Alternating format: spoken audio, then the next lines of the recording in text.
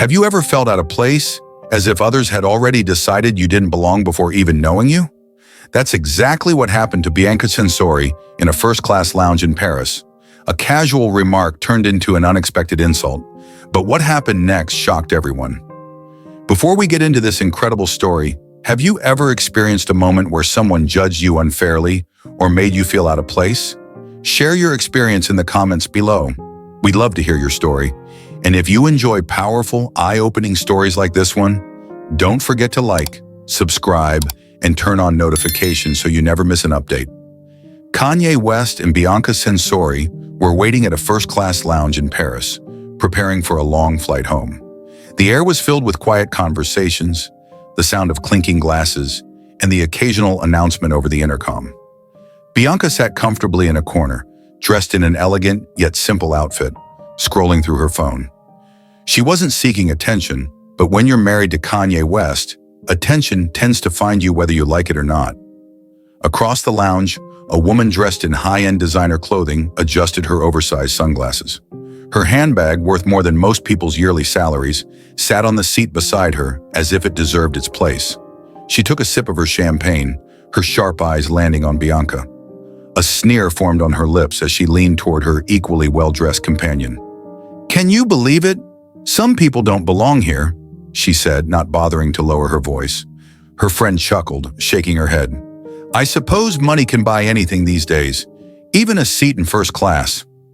Bianca heard them. She had dealt with judgment before, and being in the public eye meant constant scrutiny. But something about this moment stung differently. Maybe it was the smugness in their tone, the confidence that no one would call them out, or perhaps the assumption that they had the right to decide who belonged. She exhaled softly and chose not to react. Not yet. Minutes later, Kanye entered the lounge, dressed in a casual hoodie and sneakers, blending in effortlessly despite being one of the most recognized figures in the world. He spotted Bianca immediately and walked over, placing a gentle hand on her shoulder. She smiled, but he could sense something was off. "What's wrong?" he asked quietly. "Nothing," she replied with a small smile. But her fingers were gripping her phone tighter than before. Kanye didn't press further, but as he scanned the room, his eyes landed on the woman who was still whispering to her friend, occasionally glancing at Bianca with amusement. He took a deep breath, his expression unreadable. Just as they were about to board their flight, fate placed the judgmental woman and her friend directly behind Bianca in line. She took this as an opportunity to make her point known. "First class?" The woman feigned surprise, her voice dripping with condescension. "How unexpected." Bianca turned slightly, meeting her gaze with a composed expression. She didn't need to say anything. Her silence was louder than words. "Oh, don't get me wrong," the woman continued, looking Bianca up and down. "It's just that I remember when flying first class meant something. When people dressed appropriately for the occasion." She gestured toward her own tailored suit, flashing an insincere smile.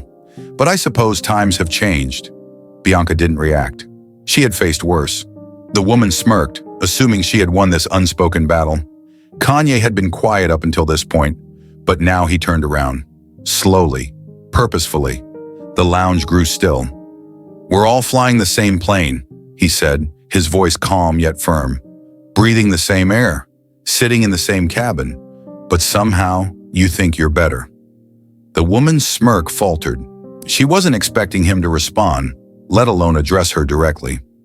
Kanye continued, his eyes steady. "Money doesn't make you important.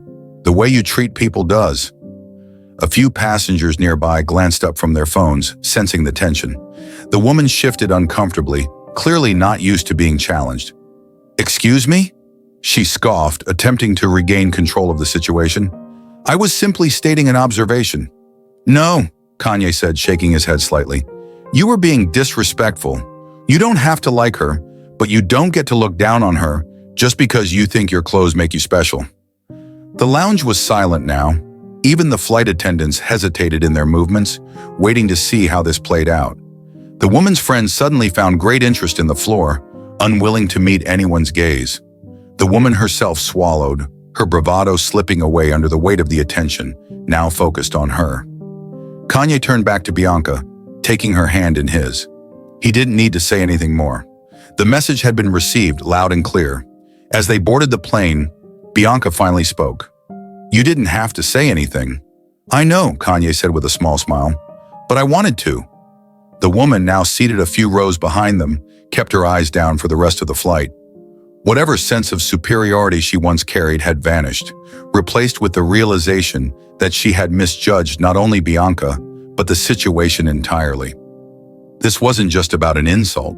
It was about perception, about how people behave when they think no one will call them out. But respect isn't about wealth or fame or status.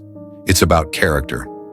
And on that flight, Kanye West reminded everyone that true class isn't about what you wear, but how you treat others. Have you ever witnessed someone being unfairly judged? How did it make you feel? Let's talk in the comments. If this story moved you, hit that like button, subscribe for more, and turn on notifications so you never miss a story like this one. We post inspiring and thought-provoking celebrity stories every week, and you won't want to miss our next one.